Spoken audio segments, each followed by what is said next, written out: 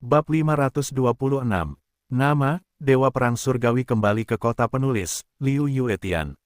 Plus matikan mengatur ulang. Sue Chao adalah pemimpin pasukan cadangan lini kedua pasukan Xuanzi. Dengan kekuatannya, bahkan di pasukan utama 100.000 pasukan Xuanzi, ia dapat dianggap sebagai ahli tingkat atas. Alasan mengapa ia bertahan di lini kedua bukanlah karena kemampuan Sue Chao tidak memadai, tetapi karena efektivitas tempur pasukan 100.000 Xuanzi benar-benar buruk. Dalam 2 tahun terakhir, ia hampir tidak pernah bertemu lawan yang layak dan hampir tidak kehilangan personel tempur. Oleh karena itu, tentu saja, tidak perlu memobilisasi eselon pasukan Xuanzi lini kedua untuk melengkapi. Oleh karena itu, Sue Chao, bahkan elit paling menonjol dalam kelompok kamp pelatihan ini, hanya dapat terus bertahan di lini kedua. Ia tidak dapat menambah tempat sampai ada pengurangan pertempuran di depan. Tangan naga hitam benar-benar bagus, tetapi ia hanya seorang ahli dalam masyarakat biasa. Namun, ia menghadapi siswa paling elit di kamp pelatihan pasukan Xuanzi ini. Di depan Sue Chao, mengalahkannya tidak ada bedanya dengan menepuk lalat. Dada naga hitam itu ambruk, dan semua organ dalamnya hancur oleh kekuatan internal. Dua mata melotot tinggi, penuh keterkejutan dan tak percaya. Kekuatan Sue Chao jauh melampaui jangkauan kognitif naga hitam. Hanya itu, Sue Chao meremehkan dan berkata, sepertinya apa yang kukatakan tadi benar-benar konyol. Naga hitam itu ada di tangan Sue Chao. Dia bahkan tidak berhasil. Terlebih lagi, Sue Chao tidak memiliki trik apapun dalam menghadapi naga hitam tadi. Itu hanya pukulan yang diremehkan. Karena di mata Sue Chao, naga hitam itu seperti atlet profesional yang telah berlatih sanda dan menghadapi anak TK. Dalam menghadapi keunggulan absolut, tidak perlu ada trik apapun. Zhou Guolong tercengang. Dia bahkan bertanya-tanya apakah dia berhalusinasi. Naga hitam itu tak terkalahkan di matanya. Namun, dia dipukuli sampai mati oleh pernyataan yang meremehkan seseorang. Berikan padaku dan bunuh mereka. Zhou Guolong berteriak keras. Meskipun naga hitam itu menutup telepon, ada puluhan penjahat dari keluarga Zhou di belakangnya. Para penjahat ini juga elit. Setiap orang memiliki pengalaman sebagai petinju profesional. Tidak masalah untuk membawa satu orang dan berurusan dengan lebih dari selusin orang biasa. Hula, pada saat yang sama, bayangan gelap tiba-tiba muncul dari hutan di dekatnya. Bayangan-bayangan ini seperti harimau yang menjadi domba. Puluhan penjahat elit dari keluarga Zhou bahkan tidak memiliki waktu reaksi. Dalam waktu kurang dari 2 detik, mereka semua tergeletak di tanah dan memuntahkan darah. Di depan eselon kedua pasukan Xuanzi, orang-orang ini benar-benar lebih lemah dari semut. Zhou Guolong sangat terkejut hingga ia membuka mulutnya. Namun, tak lama kemudian, wajahnya mulai berubah liar, dan matanya penuh dengan kengerian dan ketakutan yang tak berujung. Lepaskan aku berjanji tidak akan mengejar anakku, dan aku bersedia mengambil setengah dari harta keluarga Zhou dan memberikannya dengan tanganku. Zhou Guolong tahu bahwa ini adalah sebuah rencana, dan ia segera membuat pilihan yang paling bijaksana. Simpan batang-batang baja yang rusak dari keluarga Zhou untuk mengusir para pengemis. Pertahankan saja hidupmu. Sue Chao tersenyum dingin dan mengangkat tangannya dengan lembut. Beberapa anggota garis kedua dari pasukan Xuanzi dengan mata yang ganas berjalan menuju ayah dan anak Zhou Guolong dan Zhou Guanghui.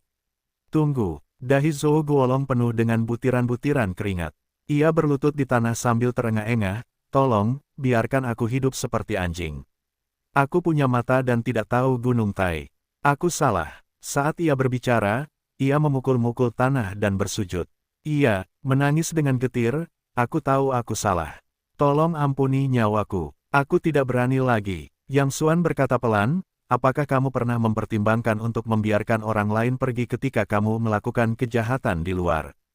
Zhou Guolong menjadi pucat karena ketakutan. Tiba-tiba dia menarik Zhou Guanghui ke tanah, mengangkat kakinya dan menginjak lengan Zhou Guanghui yang lain.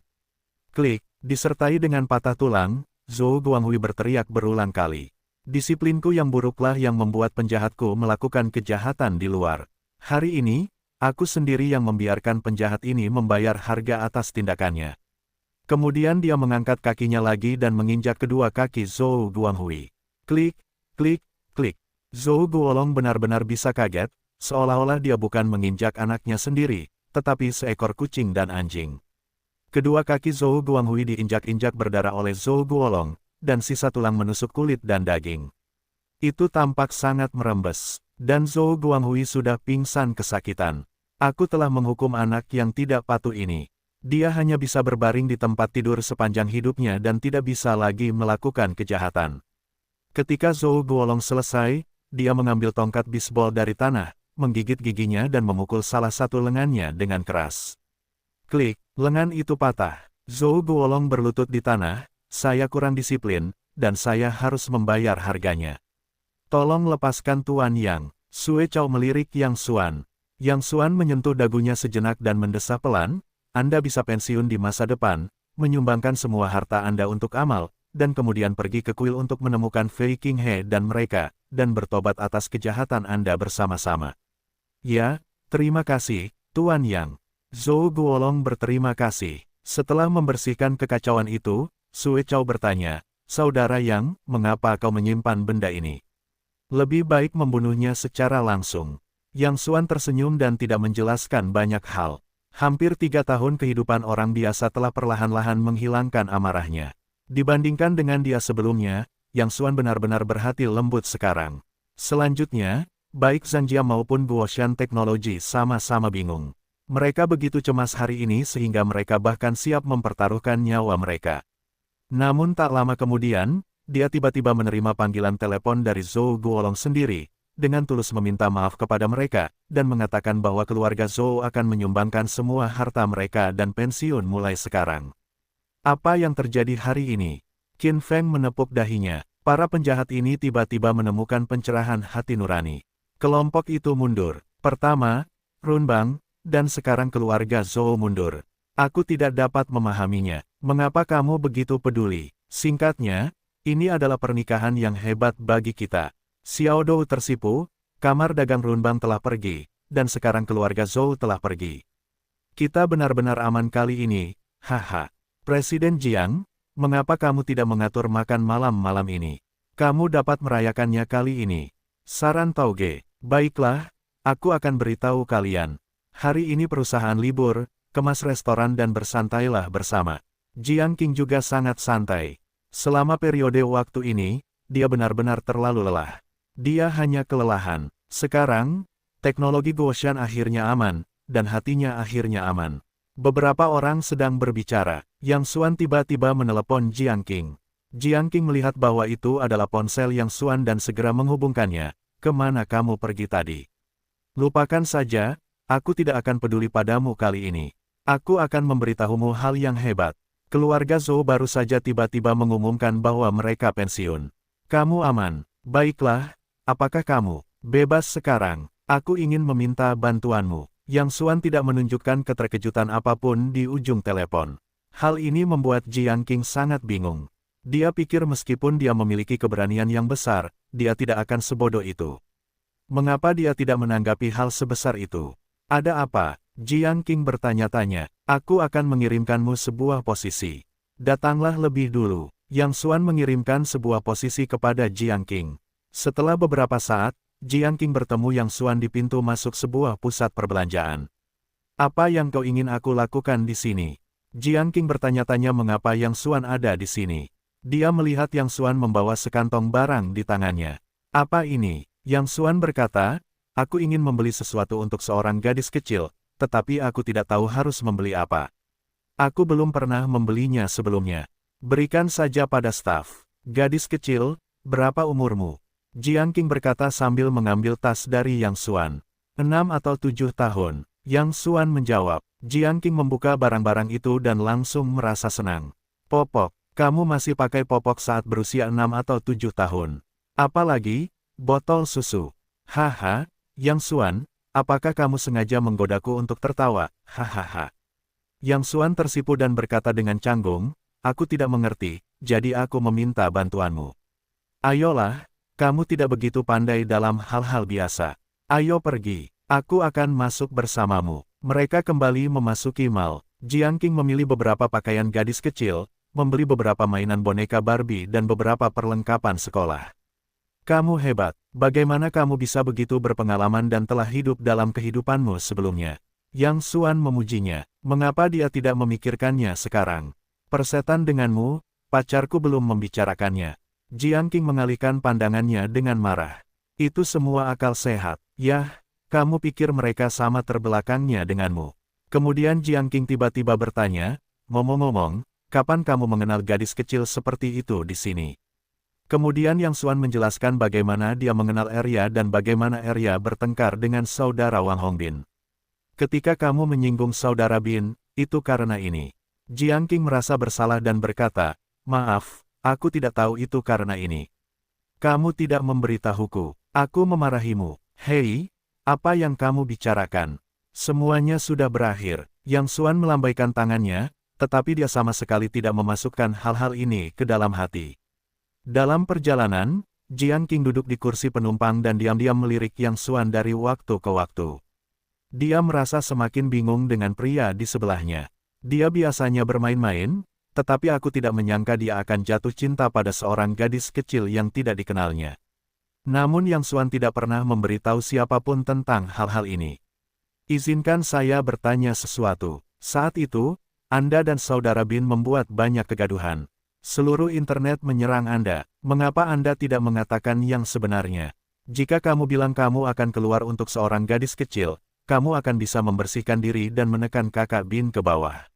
Mengapa kamu tidak melakukannya? Yang Xuan mengemudikan mobil dan berkata, bagaimana menurutmu? Bolehkah aku menjadikan seorang gadis kecil sebagai tameng? Kalau begitu aku akan bersih, tetapi bagaimana dengan gadis kecil ini? Apa yang akan terjadi selanjutnya?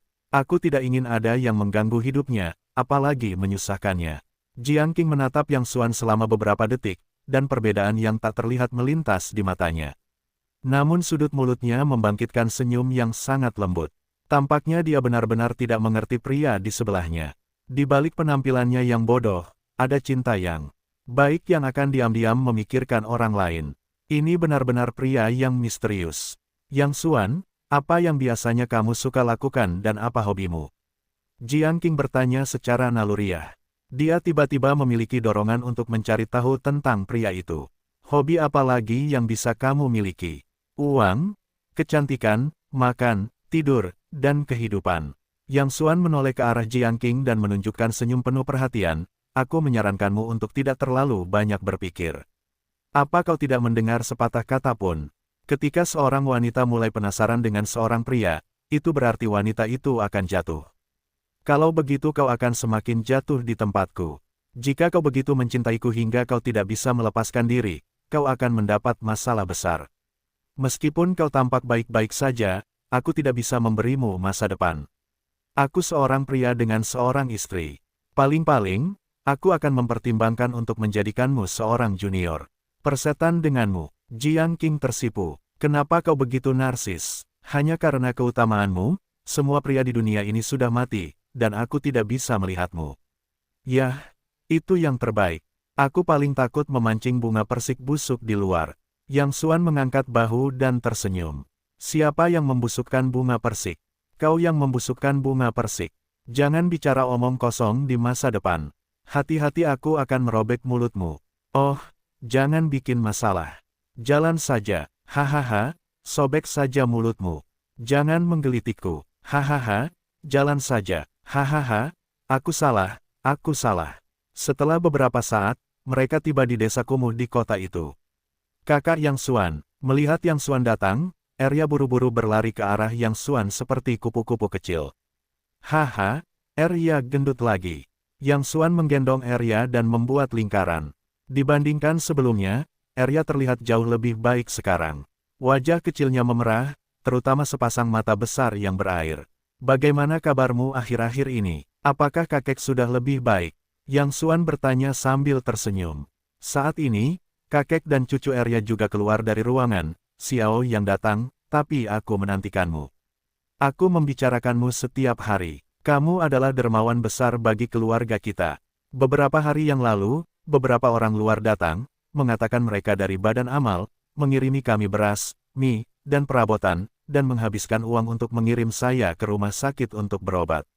Saya juga mencari sekolah untuk Arya dan membiarkan Arya belajar. Saya sudah memikirkannya. Hal baik ini tidak boleh jatuh ke rumah kita dengan sia-sia. Itu pasti sudah diatur oleh Xiao Yang. Saya orang yang paling bodoh dan tidak bisa berbicara dengan baik. Anda dapat menggunakan tulang tua saya di masa depan dan membiarkan saya melakukan apa saja. Sun Tutua sangat berterima kasih kepada Yang Xuan. Apa yang Anda bicarakan? Selama Anda bahagia dan sehat, dan kemudian merawat Arya, Anda akan memberi kami umpan balik yang paling hebat. Dan Anda tidak perlu berterima kasih kepada saya. Saya hanya memberikan informasi Anda kepada Badan Amal. Semua ini dilakukan oleh Badan Amal lainnya. Meskipun Sun Tutua dan Arya masih tinggal di desa kumuh di kota. Namun, kamarnya benar-benar berbeda dari sebelumnya. Dindingnya sudah dicat ulang, lantainya sudah anti lembab, dan perabotan di rumah sudah diganti dengan yang baru, bahkan ada TV berwarna. Siapa ini? Pak Tua Sun menatap Jiang Qing dengan curiga. Yang Xuan buru-buru memperkenalkan, ini temanku, Jiang Qing. Dia ikut denganku hari ini dan membelikan Arya hadiah. Anak-anak, cepat ke sini. Ini semua sudah dibelikan untukmu.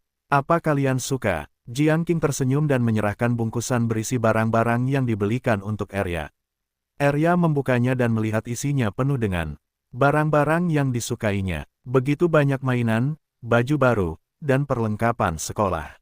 Arya menari-nari kegirangan. Aduh, kenapa kamu menghabiskan uang saat datang? Maaf, Pak Tua Sun buru-buru berkata, Arya, terima kasih, Bibi. Terima kasih, Bibi Jiang. Arya mengedipkan sepasang mata besarnya. Bibi, apakah kamu istri kakak Yang Xuan?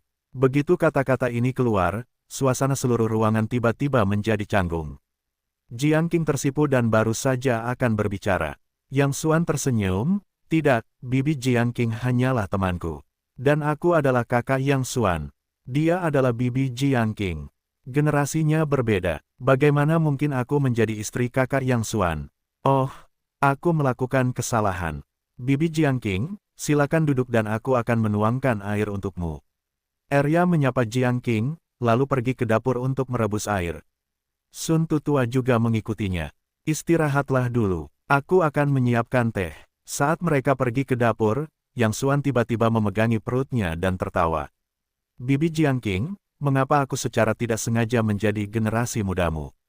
Sepertinya aku sangat menderita, bukan, Bibi Jiang Qing, haha. Jiang Qing sangat marah sehingga dia memelintir pinggang Yang Xuan, kamu berani mengajari anak-anak untuk berbicara omong kosong di masa depan. Aku belum selesai denganmu. Keempatnya sedang mengobrol di sofa yang bersih dan baru, dan beberapa makanan ringan dan buah-buahan diletakkan di atas meja teh. Pak Tua Sun menghela napas, ini dikirim oleh orang-orang dari Badan Amal. Mereka orang-orang yang sangat baik. Ngomong-ngomong, Xiao Yang, ada sesuatu yang harus kau lakukan untukku. Pak Tua Sun mengeluarkan kartu bank dari tangannya. Ini dari Badan Amal, ada 1 juta di dalamnya. Biarkan aku membeli rumah di kota. Mereka sudah memberiku cukup uang. Aku tidak bisa meminta apapun. Aku tidak bisa menghubungi mereka. Xiao Yang, bisakah kau membantuku mengirimkan uang itu kembali kepada mereka? Tidak, katakan saja aku sudah menerimanya. Aku tidak bisa mengambil uangnya. Yang Xuan berkata sambil tersenyum, Paman Sun, jangan khawatir. Ambil saja apa yang orang lain berikan kepadamu. Dan Badan Amal melakukan hal-hal yang baik. Selain itu, kau harus memikirkan Arya jika kau tidak melakukannya untuk dirimu sendiri. Apakah kau tega membiarkan Arya tinggal di rumah kecil ini sepanjang waktu? Ambil uang ini dan tukar dengan yang lebih luas. Tidak, tidak, tidak, tidak, kamu tidak boleh menerima apapun. Kepala matahari tua itu melambaikan tangan dan menolak, mereka sudah memberiku cukup banyak. Aku sangat puas. Berikan uang itu kepada mereka yang lebih sulit dari kita. Arya juga berkata, kakak Yang Xuan, aku tidak bisa menerima uang itu. Arya belajar dengan giat. Ketika dia dewasa, dia bisa mendapatkan uang untuk membeli rumah besar sendiri. Yang Xuan terdiam sejenak, jadi dia harus mengedipkan mata pada Jiang Qing di sebelahnya. Arya, Paman Sun, dengarkan aku. Sekarang kamu sudah punya uang, ambillah. Ini adalah kebaikan orang lain. Mereka memberimu uang untuk membuatmu hidup lebih baik. Jika kamu benar-benar ingin berterima kasih kepada mereka, usahakan hidup sejahtera, supaya rakyat senang. Lagi pula, ada aturan di sisi lain. Uang sudah dialokasikan, jadi tidak bisa dikembalikan. Jika tidak, staf di sana akan dihukum. kau tidak tega melihat orang-orang yang membantumu dihukum oleh perusahaan. Ini, kepala Lao Sun memerah. Sekarang, ada orang yang tidak bisa mengirim uang dan dimarahi. Yang Xuan mengacungkan jempol kepada Jiang Qing dan berkata, itu tetap saja sapimu yang patah, lalu tersenyum pada kepala Lao Sun, ini adalah aturan orang lain, tetapi mereka sangat ketat. Petik 2. Jika Anda tidak mengambil uangnya, staf akan dinilai tidak baik dan akan dipecat. Tuan, Anda tidak ingin melihat orang-orang yang membantu Anda kehilangan pekerjaan. Tidak, tidak, tidak, tidak. Kepala matahari tua itu buru-buru berkata, jika mereka kehilangan pekerjaan karena saya akan disambar petir. Jadi Anda harus membayarnya. Yang Xuan akhirnya mendorong kartu itu kembali ke Lao Sun Tu.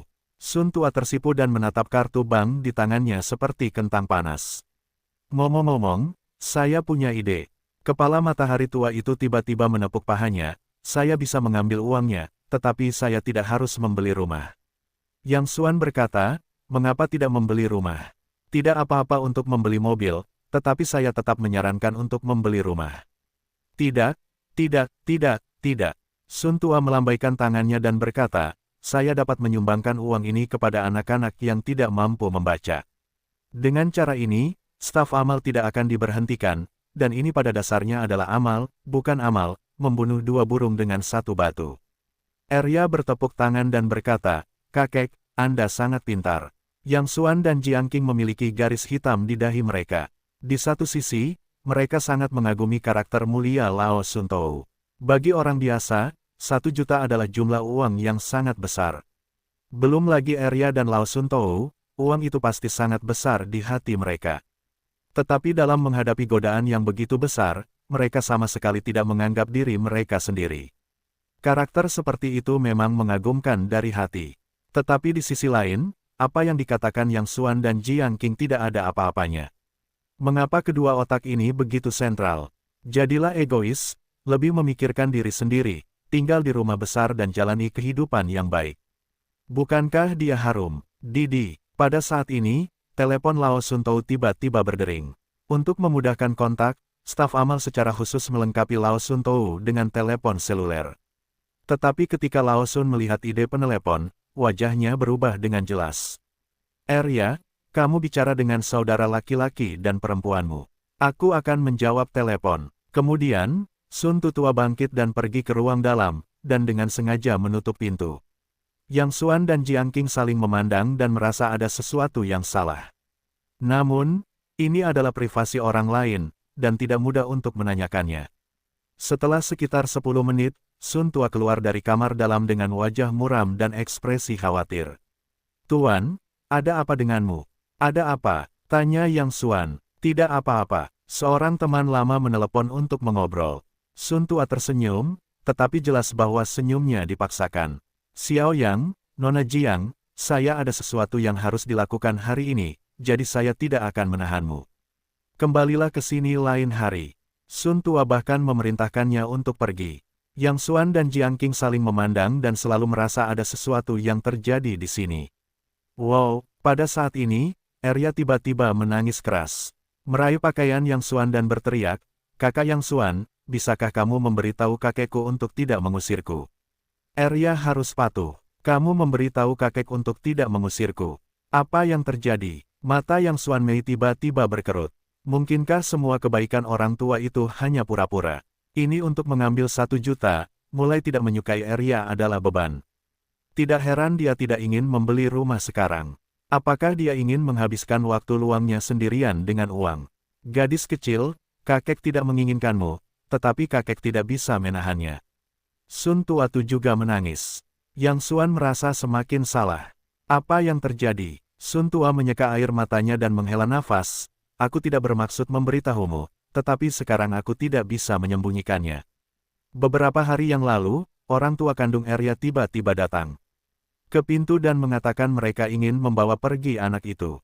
Bagaimana aku bisa mempercayai mereka? Bagaimana jika mereka adalah pedagang manusia? Lalu aku melapor ke petugas. Mereka membawa Arya untuk melakukan tes paternitas. Mereka benar-benar orang tua kandung Arya. Baru saja mereka menelepon dan mengatakan mereka akan datang nanti dan membawa pergi Arya. Ketika Lao Sun mengatakan ini, dia sudah menangis. Dia menatap Arya dan berkata, Arya, kakek tidak rela melepaskanmu, tetapi itu adalah orang tua kandungmu. Kamu ikuti mereka di masa depan. Ingatlah untuk patuh. Jika kamu tidak punya pekerjaan, hubungi kakek lebih sering dan datanglah untuk menemui kakek. Kakek, aku tidak ingin pergi. Jangan mengusir Arya. Arya tidak ingin meninggalkan kakek. Tuan dan cucu saling berpelukan dan menangis terseduh-seduh. Yang Xuan menatap Jiang Qing dengan tenang.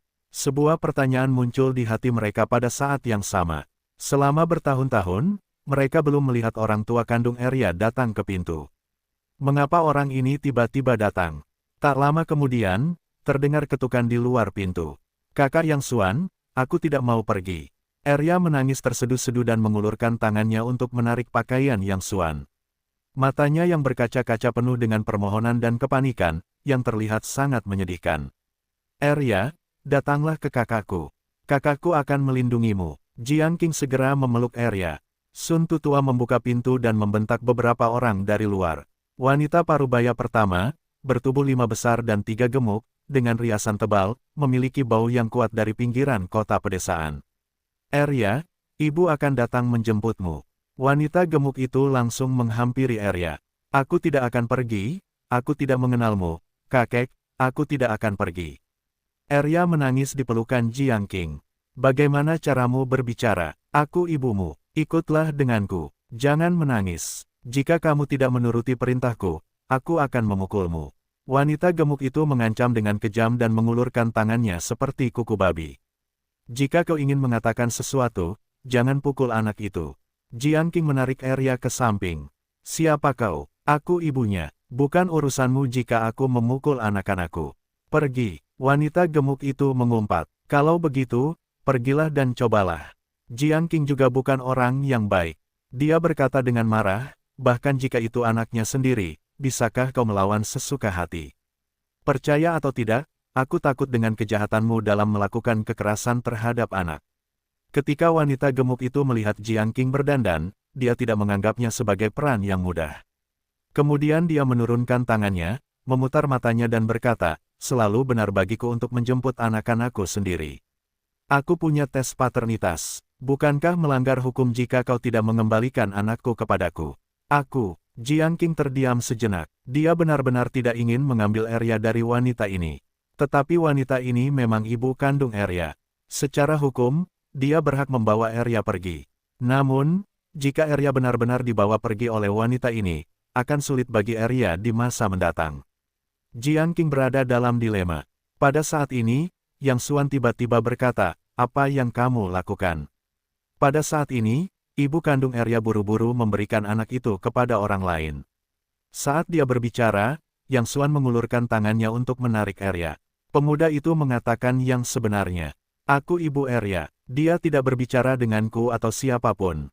Wanita gemuk itu memutar matanya di sampingnya. Bibi Jiang, maukah kamu melindungiku? Aku tidak mau pergi. Arya ketakutan dan terus menyeret pakaian Jiang Qing. Jantung Jiang Qing bergetar hebat, dan matanya langsung memerah.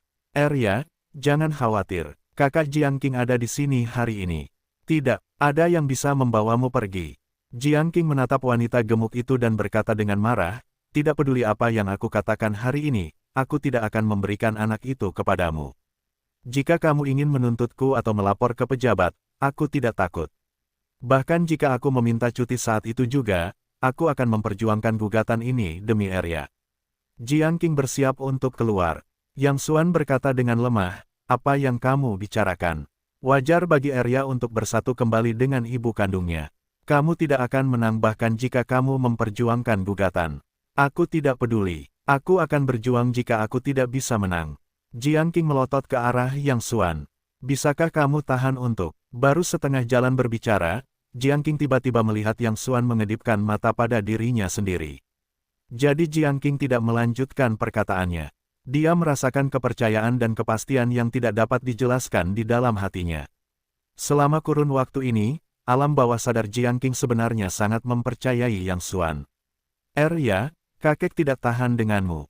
Tuan dan cucu itu memeluk kepala mereka dan menangis dengan sedih. Adegan itu sangat mengharukan. Jangan bersedih, Paman Sun.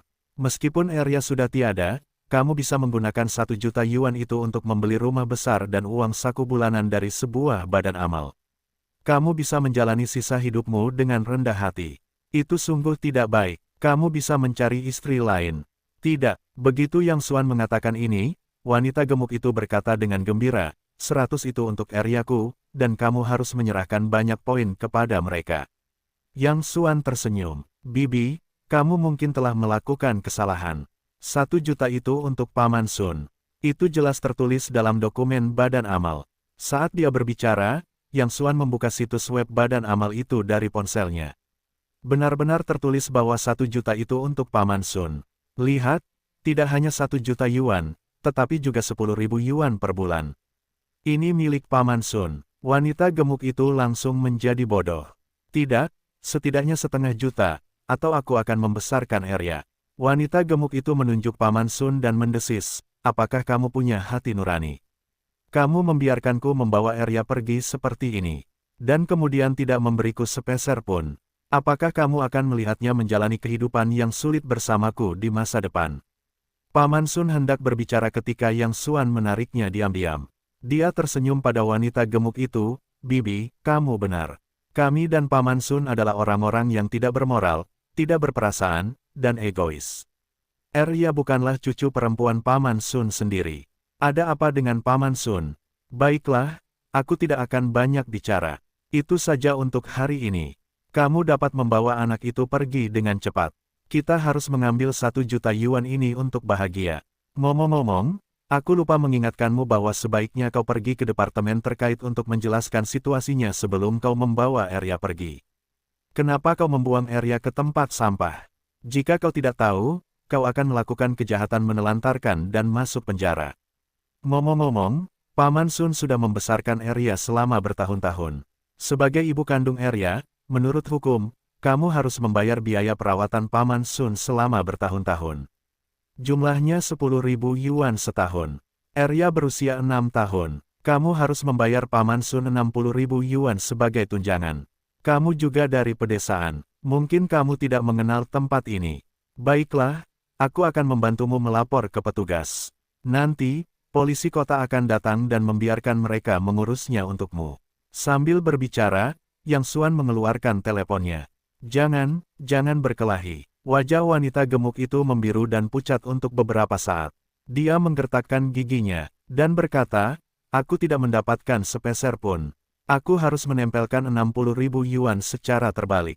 Ya, Yang Xuan mengangguk, dan jika kamu tidak bisa melakukannya dengan baik, kamu harus masuk penjara. Kalau begitu aku tidak menginginkan anak itu. Wanita gemuk itu langsung ingin berlari keluar seperti wabah. Itu tidak akan berhasil. Yang Xuan melangkah maju dan menghentikan wanita gemuk itu. Tes paternitas juga sudah dilakukan. Arya benar-benar putri kandungmu. Kamu telah melakukan kejahatan menelantarkan sebelumnya. Jika kamu menelantarkannya lagi sekarang, itu akan menjadi kejahatan lebih lanjut. Kamu bisa makan makanan penjara ini. Jiang Qing, tolong beritahu departemen terkait sekarang dan biarkan Cheng Wei menyelesaikan masalah ini. Yang Xuan menyapa Jiang Qing lagi. Tidak, jangan. Wanita gemuk itu sangat ketakutan sehingga dia melangkah maju dan menghentikan Jiang Qing. Aku tidak ingin masuk penjara. Kalau tidak, kamu akan mengira aku tidak ada di sini hari ini, oke? Yang Xuan menggaruk kepalanya, jadi dia berkata, ini tidak bisa dilakukan. Kita adalah warga negara yang baik yang mematuhi hukum dan disiplin. Sekarang kita semua tahu, jika kita tidak melaporkan informasinya, kita akan dianggap sebagai kejahatan melindungi, tapi... Hei, lupakan saja, demi menjadi ibu Arya, aku akan membantumu sekali.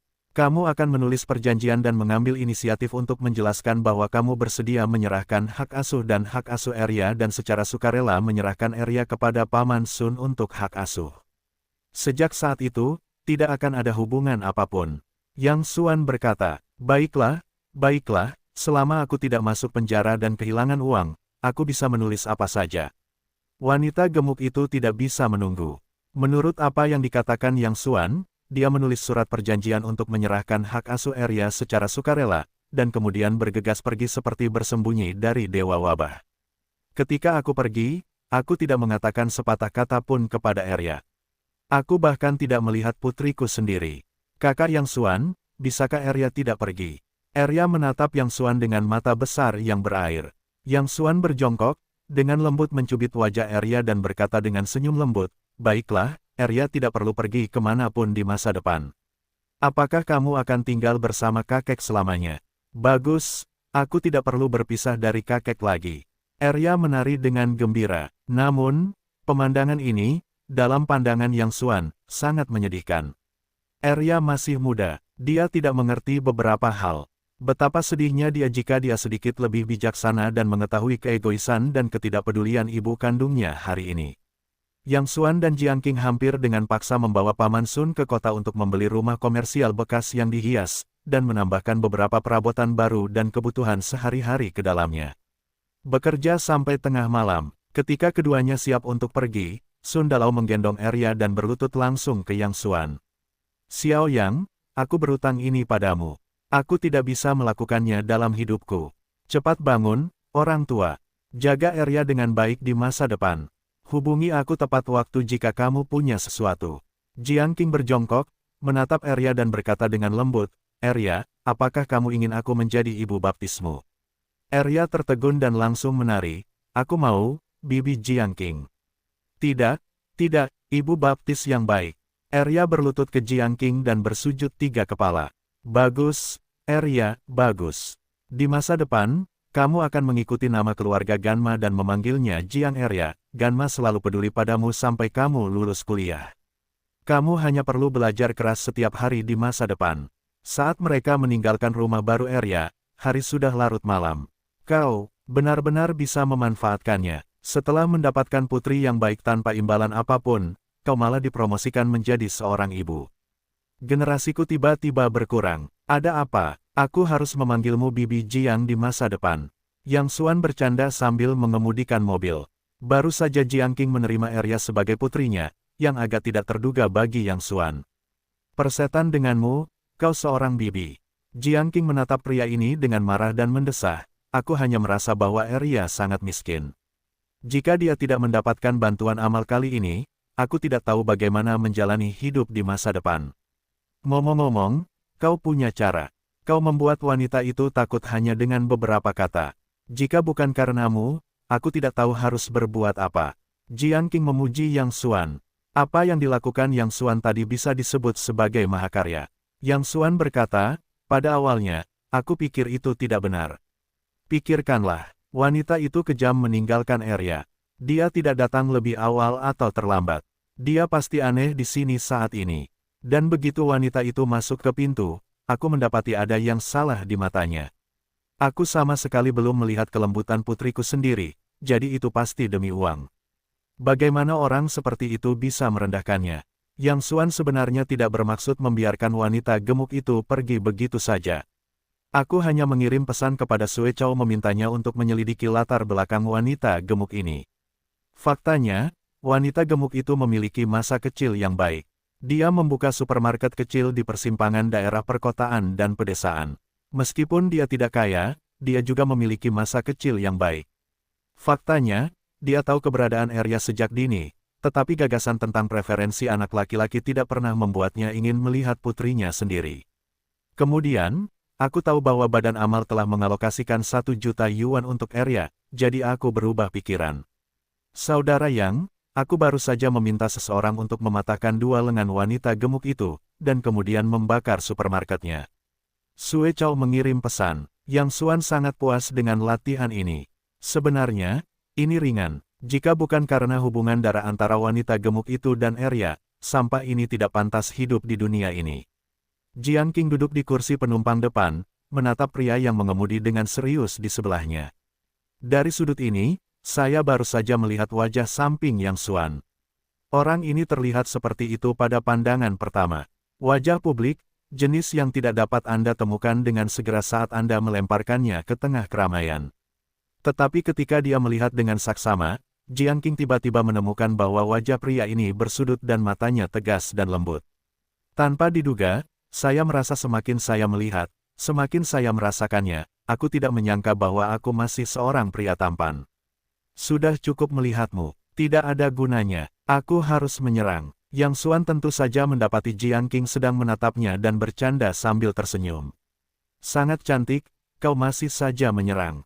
Sama seperti dirimu, matamu terasa panas. Jiang Qing mengalihkan pandangannya dengan marah, lalu tiba-tiba berkata, Yang Xuan, aku tahu tidak baik menanyakan privasi orang lain. Tapi aku benar-benar penasaran. Aku selalu merasa kau terlihat berbeda dari luar. Apa kau pernah mengalami banyak hal sebelumnya? Melihat Yang Xuan tidak berbicara, Jiang Qing segera menambahkan, jika tidak nyaman bagimu untuk mengatakannya, kau tidak dapat menjawab. Aku hanya penasaran untuk bergosip. Yang Xuan tersenyum dan kilatan perubahan kehidupan yang tak terlihat di matanya.